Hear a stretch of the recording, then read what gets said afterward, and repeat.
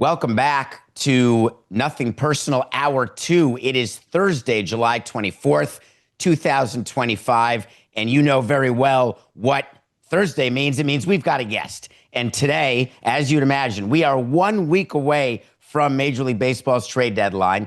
So who better to have than MLB analyst, insider, not just for The Athletic, not just for CBS Sports HQ, someone with whom I've worked since day one, also for SiriusXM. So busy, but giving us his time. Jim Bowden. How are you, Jim? Doing great, David. Great to be back with you. Look at the blazer you brought for today's show. It's my David Samson special. These are the kind of blazers you were wearing when you were living in Miami regularly. And then when you left, I just went outside, found your trash barrel, found these sports jackets, and, threw them on. You are looking like you're ready for the deadline, and I don't want to waste time because after the expanded wild card, we've both run teams. It really is the biggest decision that you make during the course of a year. Are we in or are we out? Are we standing pat? Are we buying? Are we selling? It's not media generated. It's actually inside front offices where you work with budgets and figure out, can we take on money? Do we have to shed money? Where are we? And with the expanded wild card, there's so many teams in it right now, very few obvious sellers. Is that the big theme that you see happening over the next week, is teams figuring out how serious am I going to get about being a buyer? Yeah, and I think the hard part, David, is when you're kind of an in-between team, right? I mean, let's look at the Arizona Diamondbacks for a minute, because they're in a very precarious position. What do I mean by that? They're a few games out of the wild card, right? Their team really, because of all the injuries and the underperformance of their starting pitching, really doesn't look like a team that's going to get to the playoffs. It looks like a team will just be on the outside, but they could literally stay in the race the whole year if they wanted to. But this is, clearly a seller's market. And Arizona has more players that other teams want than any other team. So, David, this is kind of a tough position they're in, because they have to ask themselves, do we sell? Because we can really put ourselves in great position in 2026 if we sell. If we buy, if we don't make it, we've set ourselves back. And what I mean by that is they have 4 key free agents, right? First baseman Josh Naylor, third baseman Eugenio Suarez, and starting pitchers Zach Gallen and Merrill Kelly. All 4 on expiring contracts. All 4 will be free agents. Everybody's calling Arizona. Every contending team I've talked to is having conversations with Mike Hazen, who hasn't decided if he's going to buy or sell. But my point is, if I'm him, I'm selling. It's easy for me, even if my team is good enough to get there, because I could turn those 4 guys into 8 solid prospects, or maybe 2 major league players and 6 solid prospects, and I could put myself in a great position for next year. And then if I want to sign these 4 guys, I can still sign them in free agency. So they've got the toughest decision to make. They haven't made it yet. By next week, they have to. It's going to be fascinating to see which way they go, David. You keep saying Mike Hazen, and I keep saying, how can we not talk about Ken Kendrick? We've both been inside those front offices, and when you say that they haven't decided, can I say that it's Ken who hasn't decided, or do you believe that really it's the GM who hasn't decided? Oh, no, it's always the owner. I mean, come on. I mean, look, the GM is basically like an agent is to a player, right? The player makes the call. They hire the agent to work for them. And that's the same case with all 30 teams. The owner makes the final call. Now some owners give GMs more power than other owners. Some GMs actually have the power to make those decisions.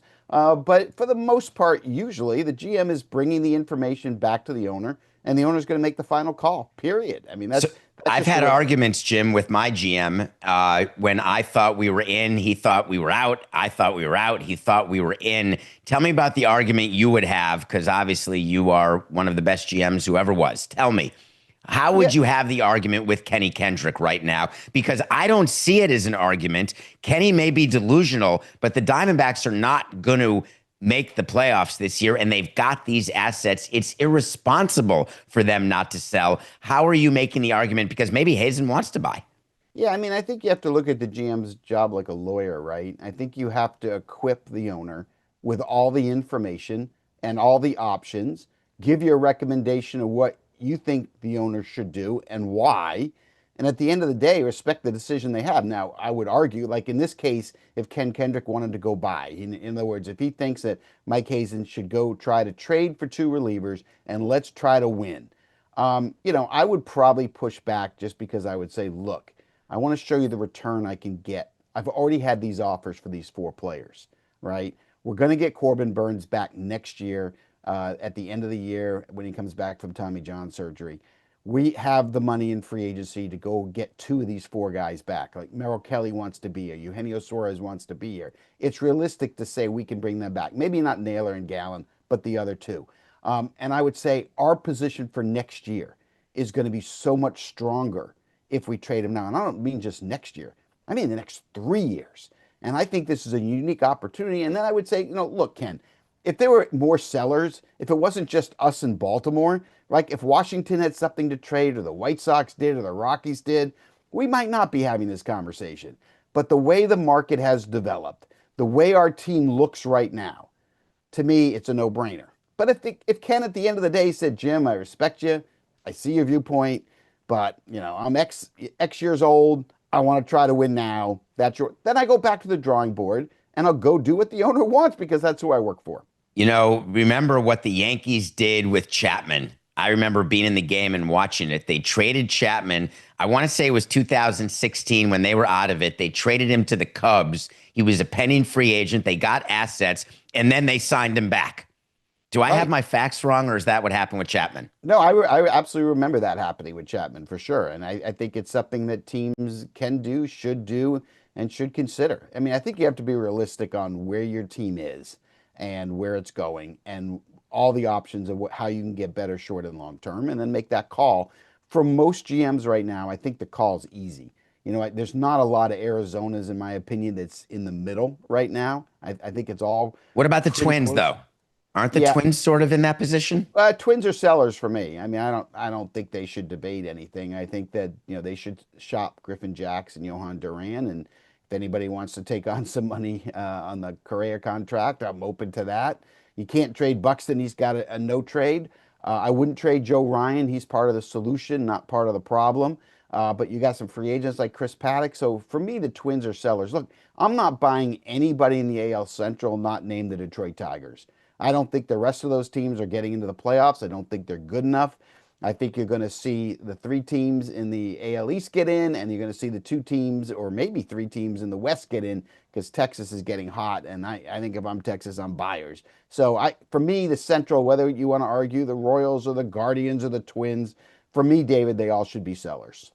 It's interesting when you look at the Royals and what they tried to do and the contract they gave to Bobby Witt, and just they had a couple nights ago Rich Hill pitch for them, and I was thinking about what it takes when we're trying to put together starters, and you've had to do the same thing. You don't go with 5 starters the whole season; you need like 14 of them, and I'm trying to imagine needing to go to the 45-year-old Rich Hill and figuring out that that's who we're going to give the ball to. And then on the other side, thinking, hey, we can play in October. I just don't know if it works that way. But it's really hard when you're a team like the Royals to say to yourself, wow, we expected to be buyers now with this team. And the fact is, it turns out we're just not good enough. Yeah, I agree with you on that. And I think Rich Hill, the interesting part is Jack Caglione, the right fielder, was 2 years old when Rich Hill made his major league debut, and Bobby Witt Jr. was 5 years old, if you want to put it in perspective here. I always loved Rich Hill. I think he'd make a great pitching coach. He really understands the game, and it's fun to watch. Yeah, for Kansas City, it's desperate when you trade for Adam Frazier and you sign Rich Hill, is trying to get yourself into the playoffs.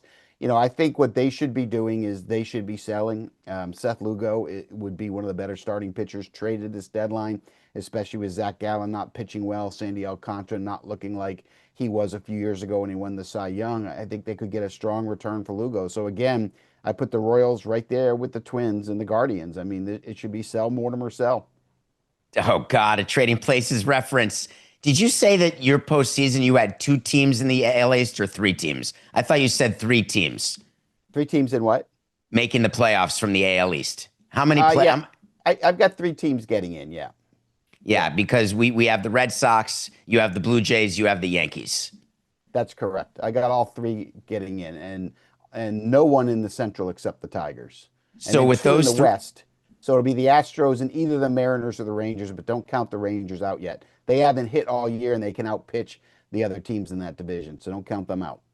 DeGrom's been amazing. I want to go back to the AL East, though, and I really want to think about the Yankees because we covered this on the show yesterday where Booney gave an interview to John Boy, and just he looks like he's coming unhinged. And at some point, the pressure just becomes overbearing, and we know what happens when pressure overheats. It blows the top off. And how much pressure are they the team in your mind that has the most pressure to add at the deadline? Or could it be their counterparts in the AL East who promised when they traded Devers, hey, we're going to be better, and it turns out they have been? Yeah, look, I mean, I've always felt like all 30 teams should feel the pressure equally. Like you should always feel like your job is on the line. You know, when we get to the trade deadline, the president and the GM, they're just as important as a star player. And it's whether you're rebuilding or whether you're trying to win the division or you're trying to win a World Series. I mean, the moves you make at the end, they make all the difference in the world. I mean, I go back during my career, I have one favorite trade deadline, and it was the one in '95 when I traded for David Wells, Mark Portugal, and Dave Burba and got three starting pitchers within 8 days. And all of a sudden, I could sit in August and September and just wait for the playoffs. And we played the Braves in the NLCS.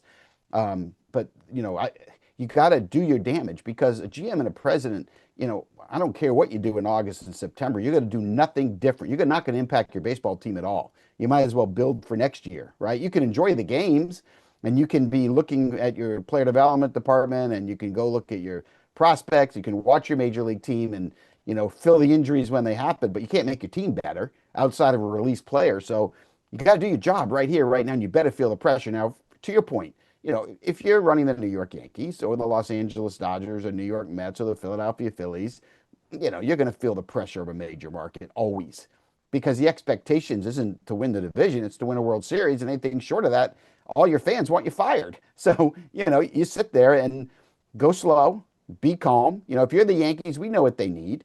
They need a starting pitcher, a reliever, and a third baseman. That's what they need. By the way, who do they match up best with? Arizona Diamondbacks if they sell. If they don't sell, who do they match up with? Not as easy, right? You got Mitch Keller with the Pittsburgh Pirates, solid starter, who's going to be traded. Reliever, they have Bednar and Santana. So if you can't do a deal with Arizona, the Yankees fit great with them. If you can't get Suarez, you know, I don't think Brian Hayes hits enough for the contract. I don't think Ryan McMahon is the answer. So you're going to have to make a contender for contender trade. That means you're probably going to have to take either Grisham or Dominguez and try to turn them in to perhaps Michael Garcia of the Kansas City Royals to upgrade third base. He was an all-star this year. You got Spencer Jones in the minor leagues, who looks like he's major league ready if you have to trade one of your outfielders. But the Yankees, yeah, they're on the clock. You know that, David. They're not going to trade Lombard. They're not going to trade Jones, but everybody else is up for grabs if they can make the right deal. What is your preference? Do you like the outgoing or the incoming? And I'm asking for a reason. When you're in the room the week before the deadline, we would all be in the room. I was with my president of baseball operations, and we'd be in the office, and we've got the whiteboard going, and we've got all the teams there, and we've got the players, and then we've got the would you calls where we'll make an outgoing call with a trade that nobody's talking about or thinking about that's totally outrageous that would be major leaguer for major leaguer. But was your preference to get incoming calls or to make outgoing calls? All of it. Got to do all of it. But you got to rank for me. What did you like better? I mean, and then tell me why. Yeah, so I'll rank outgoing first because I know what my team needs. I'm very aggressive. I know what players we want to acquire. So, you know, I'll go to you first and I'll let you know the players that I'm interested in, get from you what you want and see if we can find a way to match up. But I'll take the other calls as well, and I always have an open mind. You know, they're going to call. I mean, it gets a little annoying when people call and they ask for Barry Larkin, you know, but I did the same thing with Ken Griffey Jr. It took me almost 2 years to trade for Ken Griffey Jr., and finally I was able to get him, even though I kept annoying GMs Woody Woodward and Pat Gillick back in the day. But yeah, I guess I would rank them outgoing first because I'm always chasing what I want. But I love the incoming ones too, because sometimes something is thrown in front of you you're not expecting, or sometimes you have a conversation with an incoming and they mention a conversation they've had with someone else that you didn't even think of, and that allows you to go chase again. But I tend to be the chaser, not the chasee. I always loved being the chaser because I always felt more in control. And it always made me feel insecure to take the incoming because my initial reaction always was, wait, am I missing something? Am I not seeing a player, whether it's my player or their player? Am I not seeing it the right way? Like an incoming call from Andrew Friedman when he was with Tampa, it's just a nightmare. You don't want to get that call because you're almost positive that something bad is about to happen, that you're going to be convinced into doing something that feels really good and ends up really bad, which leads me to you wake up August 1st. Everybody does this. By the way, to the audience, there used to be two deadlines, the July 31st and August 31st, no more. What you do by July 31st now in Major League Baseball, that's it. Truly, you can't get Conine on August 31st anymore. So you go meet your team at the end of the deadline. You are a team, you're Arizona. You were right there. The players felt like they did enough. They earned the shot. They wanted to be buyers. They wanted help. And you've traded away Gallen. You've traded away Naylor. When you go into that clubhouse, you're doing a meeting the night of the 31st. What is your message to the remaining players? Yeah, so the message would be this year. Number one, I'm not waking up on August 1st because I haven't gone to bed. Okay, so I want to start with that. Number two, my message is I'm going to close the door, come in with a manager, and tell them that we made these trades to help us win in the future, but also we made these trades because we believe we can win now with the trades that we made, and we believe in you. And I'm going to tell you this, and I want you all to remember what happened a year ago with the Detroit Tigers when they traded Jack Flaherty and they gave up. They gave up the season. What happened to them in August and September? They made it to the playoffs. They got to October. They got to pop some champagne. That's what our expectations are with this group. Yes, we made these deals. We had expiring contracts. This is a business. You guys get that. But at the same time, you don't just win with stars. You win with a team. And we believe in the group that's left here. We believe this team can win, and that's what we're going to do. We're going to be the Tigers of 2025. All right, guys, let's go. That is the perfect team meeting. And I'm smiling because that is the message you want to give. But then the players often have responded to me, yeah, you say that, but I'm looking to my left and right. And you just brought up a guy who's fine in the minor leagues, but you traded my friend who I would go out with on the road and who was productive on our team, and you replaced him with a youngin because you wanted to save money. And what I would do is I would add one thing during those team meetings. I would say, guys, we responded in kind to the season that we're all having. It's you, it's me, it's the GM, it's the owner, it's the manager, president. We're not having a good year. It is no way that you can look at the team we had yesterday and say, this is where we wanted to be. So change to me was necessary. That was a go-to line that I would have post trade deadline. And I'm not sure it worked, Jim, because they'd get But angry. I mean, no, but I think the message is good too because you can quote Bill Walsh or Jim Leland, who always said, "Look at your record. That's who you are." And so, I would say to the players, guys, you put us here. I didn't. I want to win. You're the ones that are out there playing. I'm not. You are the record right now. We're below 500. That's on you, not me. If you were 10 games over 500, I'd be adding. But you know how the business works. So just go out and win. Go out and do your job. Help each other get better. I mean, let's go.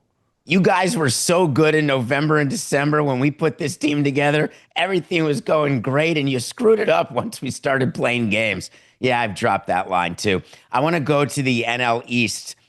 Steve Cohen is running out of years. I believe he promised a World Series in 3 to 5 years. Is this, Coca will know this, what year are we in the Steve Cohen ownership, Coca? It's got to be. Are we close to 5? Is that possible? Jim, when did Steve Cohen start? I don't remember what year he came on. This 5 is years. year 5 right now. Yep. Remember his 3 to 5 year plan? The Mets are right now in a fight for the division with the Philadelphia Phillies. I don't know how they thought going into the season that they would have sufficient pitching regardless of injuries. But that said, they are where they are. They were extremely hot. I want to say best record in the league through whatever it was, 50 games, and now close to the worst record in the league through the last 30.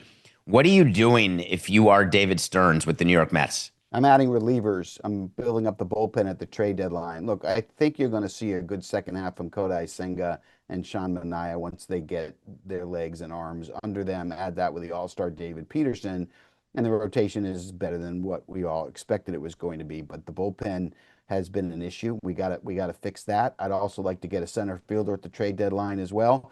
So if I can get a couple relievers and a center fielder, I've got a chance. And I've said this before, David, in watching the National League, we have 6 teams that are capable of winning the World Series this year, and it's the Phillies, the Mets, the Cubs, the Brewers, the Dodgers, the Padres.